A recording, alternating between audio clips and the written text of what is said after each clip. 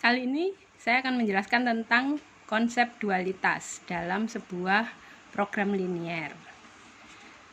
Seperti yang sudah Anda semua ketahui, dari sebuah permasalahan kita dapat menyusun program linier atau model liniernya. Nah, permasalahan awal yang kita susun itulah yang disebut sebuah model primal. Nah, kemudian model dual itu adalah suatu cara pandang yang berbeda terhadap permasalahan yang sama. Jadi kalau model primal itu formulasi awal dari kasus, kita susun model matematisnya. Model linier itu kita sebut dengan model primal. Nah, sementara bentuk alternatifnya, jadi kasus yang sama bisa disusun dengan cara pandang yang berbeda, dan model yang disusun dengan cara pandang yang berbeda itulah yang disebut dengan model dual. Nah, contohnya gini. Misalnya kita punya model primal yang memberikan solusi dalam bentuk jumlah profit yang diperoleh. Maka nanti model dualnya itu akan menyatakan berapa nilai dari setiap sumber daya. Jadi kalau saya beri contoh aja ya. Nih. Intinya begini, kalau kita mau merubah sebuah model primal menjadi model dual, caranya tinggal fungsi tujuan yang semula memaksimumkan kita rubah menjadi meminimumkan. Kemudian apabila model primal mempunyai n variabel keputusan, maka model dualnya nanti akan mempunyai n batasan. Sebaliknya, sejumlah batasan pada model primal akan menjadi jumlah variabel keputusan pada model dualnya. Kemudian nanti nilai ruas kanannya itu kita ambil dari, jadi nilai ruas kanan pada batasan model primal itu akan menjadi parameter di fungsi tujuan model dual dan sebaliknya. Saya jelaskan melalui contoh saja. Baiklah, perhatikan contoh berikut. Contoh ini sudah pernah kita bicarakan sebelumnya, sudah pernah kita selesaikan dengan menggunakan metode grafik dan metode simplex. Di sini saya hanya ingin mencontohkan bagaimana merubah sebuah model menjadi bentuk dualnya, kemudian bagaimana menginterpretasikan hasilnya. Nah, saya ulangi lagi. Di contoh ini ada sebuah perusahaan yang memproduksi dua macam produk, yaitu produk A dan produk B, yang masing-masing berkontribusi 400 dan 350 dolar pada keuntungan. Nah, sementara untuk membuatnya, setiap unit produk A maupun produk B harus melalui 2 kali perakitan. Jadi ada 2 proses perakitan. Kita beri nama perakitan 1 dan perakitan 2 dengan waktu masing-masing yang seperti tertulis di tabel ini.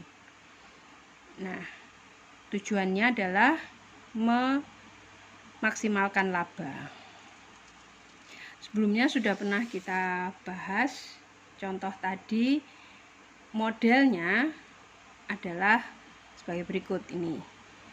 Dengan memisalkan X1 adalah banyaknya produk A yang diproduksi, X2 banyaknya produk B yang diproduksi, dan Z adalah keuntungannya, maka model kita adalah memaksimumkan Z yang sama dengan 400 X1 plus 350 X2 dengan batasan 12 X1 plus 4 X2 kurang dari sama dengan 60. Jadi batasan pertama ini berkaitan dengan perakitan 1 tadi, sedangkan batasan kedua berkaitan dengan perakitan 2. Nah, model awal inilah yang kita sebut dengan model primal. Nah, Kalau Anda perhatikan, model primal ini dulu pernah kita pakai sebagai contoh ketika pertama kali kita belajar metode simplex. Waktu itu saya pernah bilang, kita belajar bentuk yang standar dulu, yaitu yang fungsi tujuannya memaksimumkan dan batasannya semuanya kurang dari sama dengan.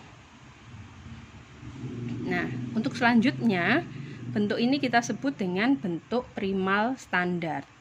Jadi bentuk primal standar itu adalah model awal yang fungsi tujuannya memaksimumkan dan batasannya semua tandanya kurang dari sama dengan. Nah, bagaimana cara merubah model ini menjadi model dualnya? Jadi dari model primal ini bisa kita rubah menjadi model dual dengan memenuhi ketentuan-ketentuan yang sudah disebutkan di slide sebelumnya tadi.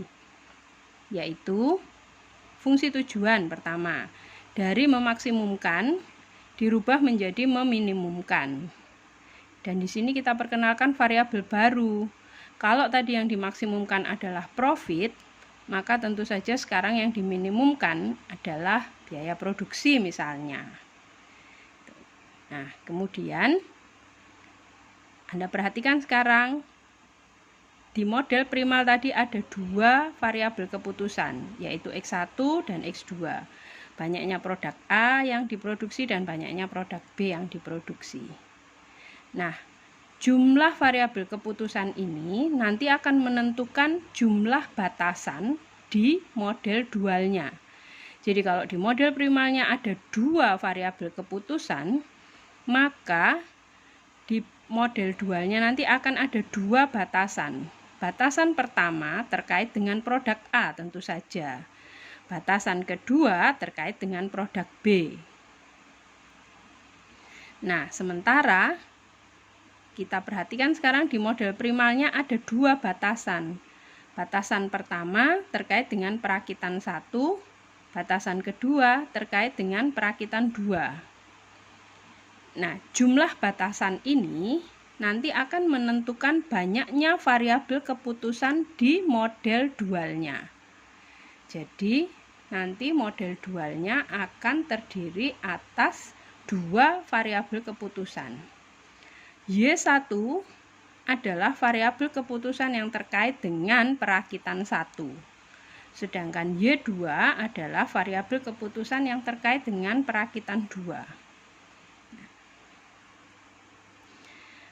Apanya perakitan 1? Kalau ini tadi, W tadi adalah biaya, maka nanti Y1 ini adalah biaya yang diperlukan untuk menambahkan 1 jam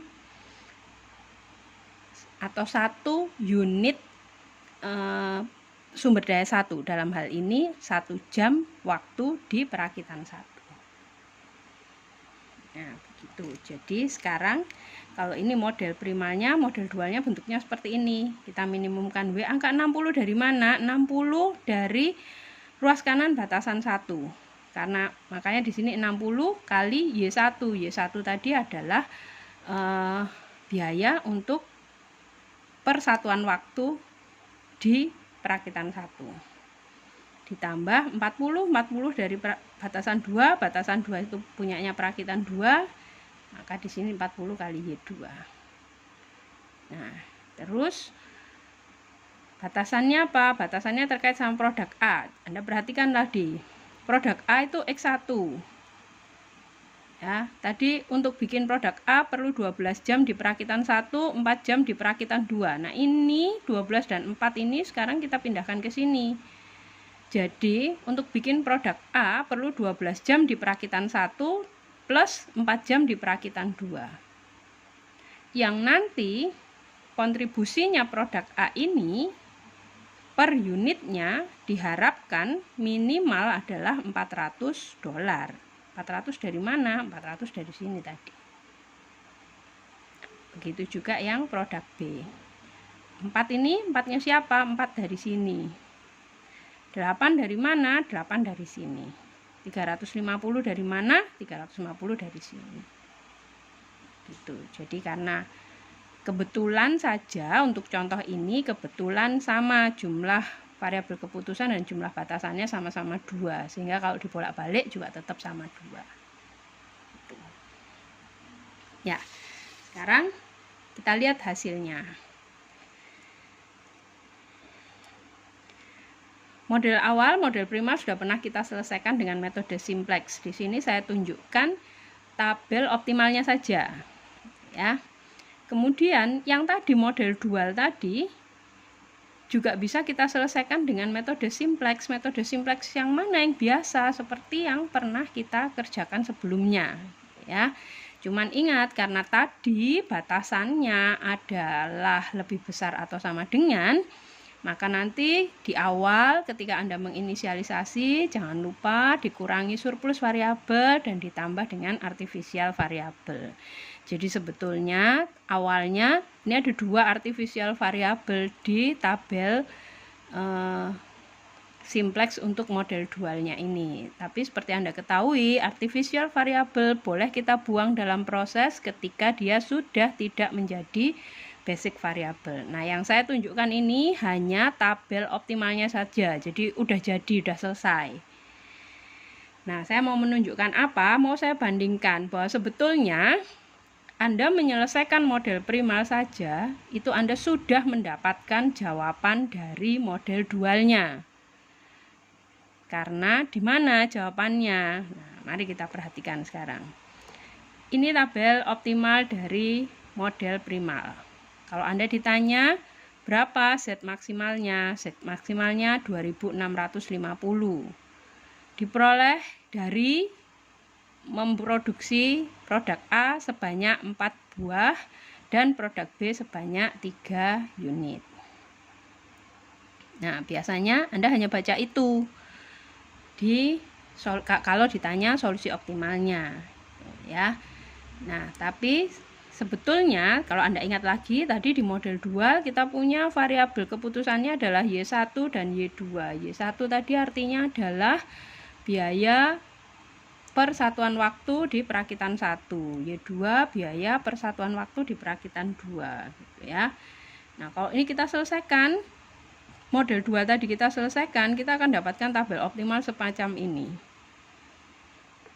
Nah, Anda perhatikan sekarang. Kalau Anda ditanya solusi optimal dari model dualnya apa? Berapa W minimalnya? Ya, ini salah ya, ini harusnya tadi W, gitu ya.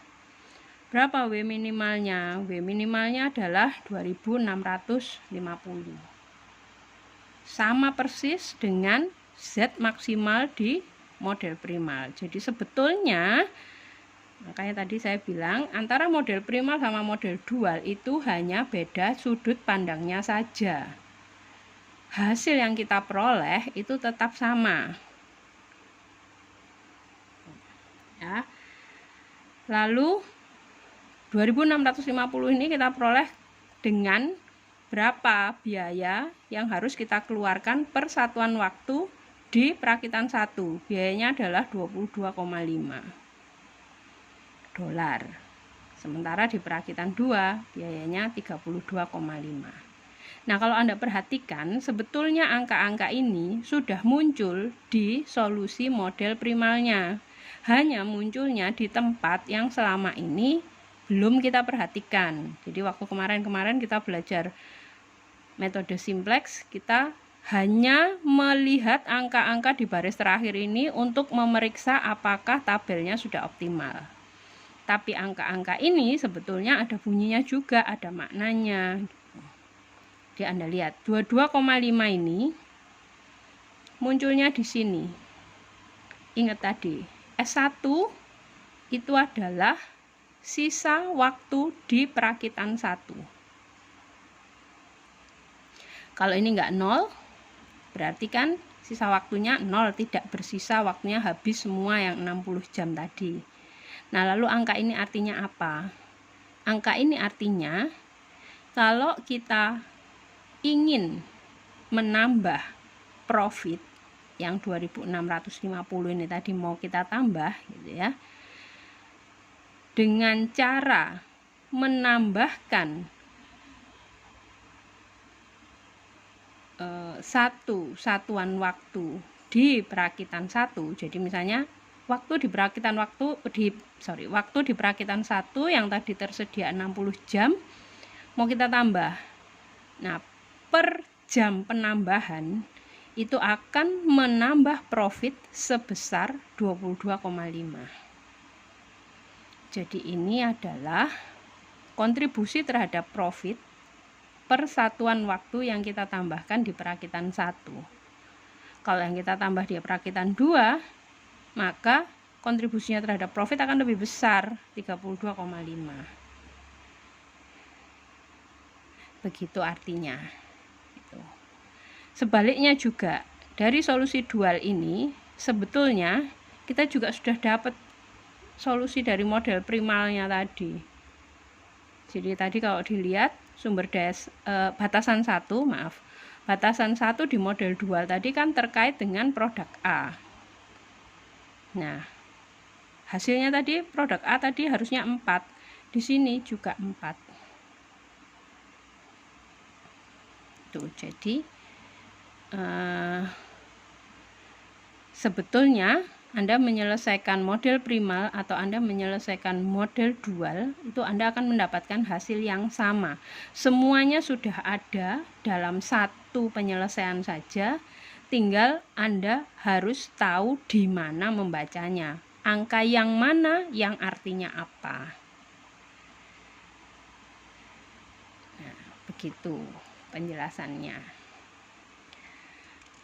Lalu kalau ada pertanyaan, nah tadi itu kan merubah suatu model primal yang standar, yang fungsi tujuannya memaksimumkan dengan batasan kurang dari sama dengan semua. Lalu kalau misalnya model primalnya tidak standar, tidak begitu, fungsi tujuannya tidak memaksimumkan, lalu batasannya ada yang lebih dari, ada yang sama dengan, apa yang harus dilakukan? Nah, untuk mudahnya, jadi ini tuh untuk alasan supaya Anda tidak perlu banyak menghafal dan mengingat hal-hal lain, maka untuk mudahnya, jadikan semua model primal yang mau Anda rubah menjadi model dual itu menjadi model primal standar. Jadi, kalau misalnya fungsi tujuannya meminimumkan mau dirubah jadi memaksimumkan, ya kalikan semua ruas dengan min 1. Karena kita meminimumkan W itu kan sebetulnya artinya sama dengan saya memaksimumkan min W. Jadi kalau W-nya kecil sekali, maka min W-nya kan akan jadi besar sekali. Gitu. Maksudnya sebetulnya seperti itu. Nah, kemudian kalau ada batasan yang sama dengan, bagaimana caranya supaya jadi kurang dari sama dengan? Maka jadikan 2. Nah, Anda semua sudah belajar programming kan? Biasanya kalau Anda tulis tanda sama dengan, itu notasinya kan Anda tulis begini, gitu ya. Nah, jadi sebetulnya apa yang Anda pelajari, notasi-notasi yang Anda pelajari di programming itu bisa Anda pakai juga di matematika, gitu ya. Jadi kalau saya mau mengatakan A sama dengan B, itu sebetulnya kan sama dengan saya mengatakan A itu kurang dari sama dengan B dan A lebih dari sama dengan B. Jadi kapan ada dua kuantitas yang di saat yang sama mereka kurang dari sama dengan, satunya kurang dari sama dengan yang lain, sekaligus dia lebih besar atau sama dengan yang lain. Kapan ini terjadi? Ya hanya terjadi ketika mereka sama. Tuh. Jadi kalau sama dengan dibuat jadi 2. Jadi tadinya ada 1 batasan, karena dia sama dengan maka dia akan jadi 2 batasan. Yang ini sudah memenuhi ketentuan bentuk primal standar. Nah, tinggal yang ini supaya jadi kurang dari, dulu pernah belajar di matematika, supaya tanda ketaksamaannya berubah, maka kedua ruas harus dikalikan dengan min 1. Nah, itu juga yang Anda lakukan ketika ada batasan yang lebih dari atau sama dengan. Gitu. Jadi sebetulnya cuman gitu aja. Kalau Anda bertanya, kenapa harus dirubah ke bentuk standar? Hanya untuk memudahkan Anda mengingat bagaimana caranya merubah menjadi model dual.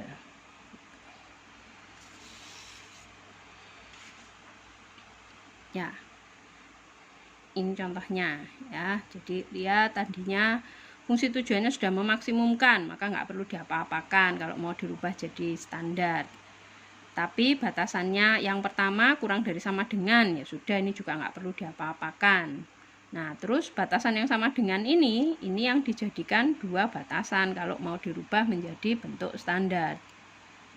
Batasan yang pertama 2x1 min x2 plus 3x3 kurang dari sama dengan 8. Batasan yang kedua 2x1. Jadi ininya sama persis. Semuanya sama, cuman tandanya satunya kurang dari, satunya lebih dari. Nah, nanti yang lebih dari dirubah lagi. Karena harus jadi kurang dari, maka harus saya kalikan sama min 1 kiri kanan. Jadinya jadi min 2x1 plus x2 min 3x3 kurang dari sama dengan min 8. Jadi nanti batasannya ada 3, ini 1, ini 2, ini yang ketiga. Tuh, selain satu lagi batasan non negatif tentu saja. Udah, itu kalau Anda mau merubah fungsi merubah model linier menjadi model linier dalam bentuk standar. Lalu kalau dia sudah dalam bentuk standar, Anda nanti ngerubah ke model dualnya itu gampang, karena tidak perlu banyak yang Anda ingat. Jadi Anda nggak perlu ingat kalau maksimal terus dirubah jadi apa, nanti kalau minimal rubahnya jadi apa, nggak usah gitu. Karena sekarang semuanya sudah standar, maka yang harus Anda ingat fungsi tujuannya berubah jadi minimum, kemudian batasannya semua berubah jadi lebih dari sama dengan, gitu ya, karena tadinya awalnya semua kurang dari sama dengan, dirubah jadi lebih dari sama dengan semua. Angkanya tinggal, kalau ingat dulu pernah belajar matematika, angkanya adalah transpos matriksnya. Jadi yang tadi di sini angka ini tadi ya, 5, 12, 4 itu pindah ke sini, jadi 5, 12, 4. 10, 8, min 8 tuh dari sini, 10, 8, min 8 pindah ke sini. Nah, lalu ini ya, lihat ya, tadinya angkanya 1, 2, 1. Di sini jadinya 1, 2, 1 ke bawah. Yang ini 2, min 1, 3. 2, min 1, 3. Min 2, 1, min 3. Min 2, 1, min 3. Gitu. Ini model dualnya. Sudah, sebetulnya begitu saja juga nggak apa-apa. Nah, yang ini apa tujuannya? Yang ini tuh ketika Anda perhatikan. Jadi kalau Anda memperhatikan ini itu variabelnya, coba lihat ya. Ini bisa saya buat jadi 10Y ditambah 8 kali Y2 min Y3. Jadi sementara batasannya juga gitu. Batasan pertama ini 2-nya bisa saya keluarkan jadi Y2 min Y3. Di batasan kedua min 1-nya saya keluarkan jadi Y2 min Y3. Batasan ketiga, 3-nya saya keluarkan jadi Y2 min Y3. Nah, kalau gitu daripada saya harus menyelesaikan dengan 3 variabel keputusan, sebetulnya bisa saya rubah supaya saya misalkan variabel baru Y2 bintang gitu ya. Itu adalah Y2 min Y3. Nah, sehingga nanti ini saya nulisnya tinggal ini 10Y1, sorry ini kurang ya, plus 8Y2 bintang. Nah, ini juga gitu, ini diganti Y bintang, ini Y2 bintang, Y2 bintang, Y2 bintang. Maka sekarang Anda tidak lagi menyelesaikan 3 variabel, tapi cukup 2 saja. Nah, cuman sekarang karena tadi yang sudah diketahui positif itu adalah Y2 sama Y3, kalau kita buat variabel baru gini, kan kita nggak tahu siapa lebih besar, Y2 atau Y3. Kalau kebetulan Y2-nya lebih besar, maka Y2 bintang ini jadi positif. Tapi kalau Y3-nya yang lebih besar, Y2 bintang ini jadi negatif. Nah, sehingga nanti kalau Anda ganti batasnya dengan yang bertanda bintang ini, Anda ganti variabelnya, Kalau Anda ganti variabelnya dengan yang bertanda bintang ini, maka batasan non negatifnya menjadi yang non negatif cuman Y1 aja. Sementara Y2 bintangnya ini istilahnya unconstrained gitu. Maksudnya dia bisa positif, bisa negatif karena tergantung siapa lebih besar siapa. Begitu. Ya, jadi hasilnya jadi seperti ini. Ya. Ini ringkasannya, bisa Anda baca sendiri. Jadi ringkasan kalau dilihat dari ringkasannya ini, maka sebetulnya daripada Anda mengingat-ingat ringkasan ini tadi, maka ingat-ingatlah satu aja. Fungsi tujuannya maksimum menjadi minimum, batasannya kurang dari jadi lebih dari. Nah, lalu batasan yang lain gimana? Batasan yang lain itu pertama jadikan kurang dari dulu. Baru nanti Anda pikirkan bagaimana perubahannya. Gitu. Ya. Bagian yang ini tidak saya jelaskan lagi karena tadi di contoh awal sudah saya jelaskan langsung sampai interpretasinya. Ya, begitu penjelasan saya. Selamat belajar. Kalau ada pertanyaan, silahkan diajukan di forum saja. Terima kasih.